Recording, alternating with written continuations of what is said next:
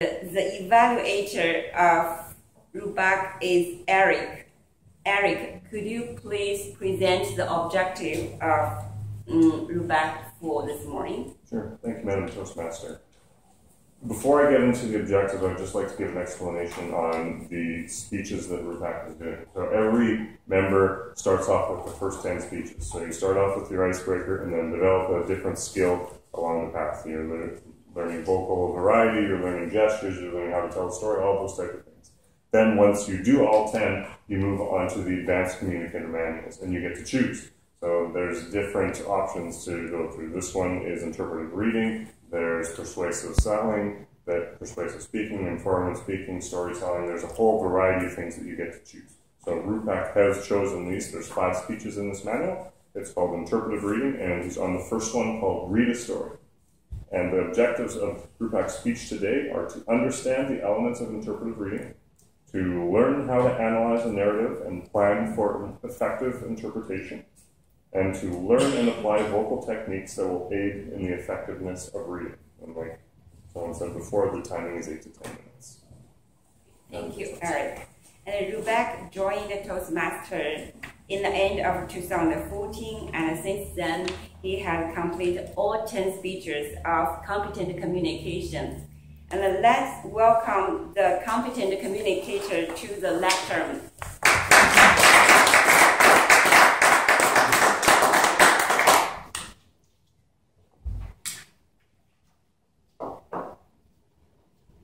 This story appeared on 26th of March 2017 on the New York Times under the heading Embracing Refugees. Then, Letting Go. The key characters of the story are the Syrian family of Mr. Hajj, their 9 sponsors, and the settlement counselors. This story exemplifies how miracles can happen when communities come together and persistently try to help each other. Being a recent immigrant and still figuring out the system, I was very curious to learn about the whole Syrian refugees scene and Canada's role of it, the why of it, and also to learn what's next.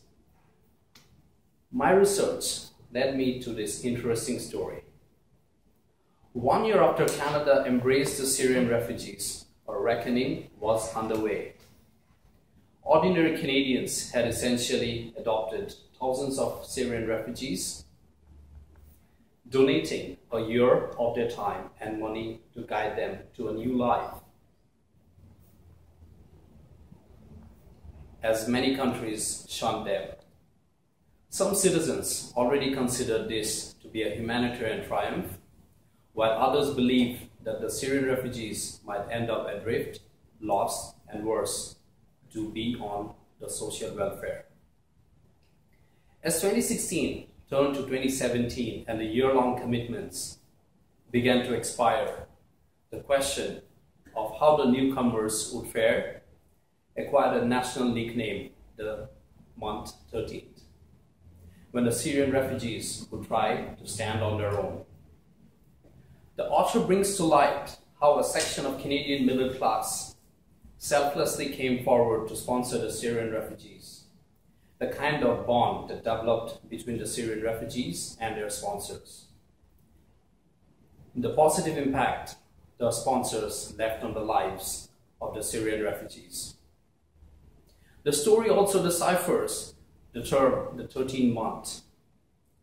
It shows how privately sponsored refugees were more ready to face their new life in Canada as compared to the government-sponsored ones. As readers, our attention is primarily drawn to the fact how selfless some people can be. Why can't many others come forward? If there is a collective will, even with a tiny group of people, positive changes can be achieved. My knowledge about the Syrian refugee crisis was limited, and I was a critic of the whole Syrian refugee scheme with the constant thoughts, why Canada should be at the receiving end? is it to build a dedicated vote bank of the liberals. But after reading the story, there is a slight change in my views. To an extent, I understood the human side of it, the long-term impact it would have on Canada. For a huge country like Canada, immigration is seen as a necessary fuel.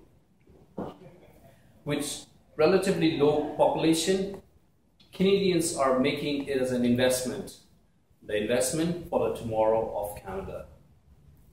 These real-life stories are unique examples how we all can make an impact and bring positive changes to many lives, one at a time.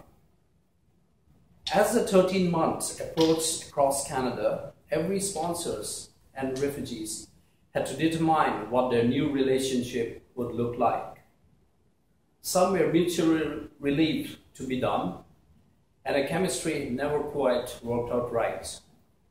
In other cases, Canadians continued directly to fund the Syrian refugees, unable to cut the financial cord. The Syrian refugees carried emotions of frustrations as they dealt with the challenges of learning the dynamics of a new world. As a reader, I understood the initial hiccups that anyone would undergo when their life changes overnight. The author shows us the reasons for the emotional turmoil of Mr. Hodge when he faced a negative attitude from his own family. It was when Mr. Hodge's dad refused to answer his calls, when he was unable to send money to Syria. However, I do have another perspective here. Mr. Hodge's dad was in a war zone. It could be that Mr. Hodge has lost his dad, but there wasn't a way to know about it.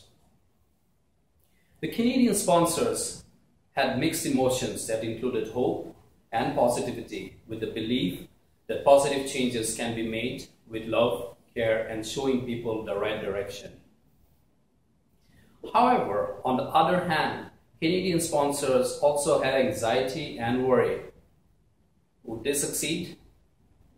After being so concerned about the refugees, the sponsors felt betrayed when they realized that Mr. Hodge was trying to play the system and depend on welfare instead. But across Canada, resentment was also rising about the help the Syrian newcomers were given. A member of parliament who was running for the head of the Conservative Party supported a platform of screening new immigrants and refugees with questions like, do you recognize that to have a good life in Canada and to support for yourself and for your family, you'll have to work hard and you cannot expect things to be given to you? As many countries avoided taking them in, even in Canada, critics believed the refugees would end up isolated and remain on welfare. There are still thoughts among many questioning, what's next after the 13th month? There are still thoughts among many questioning what's going to be the next political scene, or what's going to be their next reaction. This was even more influenced by the win of Donald Trump, and with his move to block the refugees from the Muslim nations. The political resentment was also observed in the story, with the fear that by the 13th month, many of the Syrians would become burdens on the Canadian taxpayers. The story concludes by informing readers that for the lives of the sponsors and the Syrian refugees as it reached the 13th month, Mr. Hodge gave up thoughts of going back to Syria, and most importantly, he could speak a few more English words. The author gives an insight to the difference between the government-sponsored ones and the privately sponsored ones. It was found that the privately sponsored ones were more ready to get adjusted to the life in Canada with so much of social and emotional support. There is an indication that there is a contrast between the government-sponsored ones and the privately sponsored ones. And this gap can be filled with more caring hands. Even as the critics and the opposition political parties suggest increasing more privately sponsored refugees. At the end, there was a clear indication that 113 was not the end, but the beginning of unconditional love and support, and it will be a continuation. Thank you.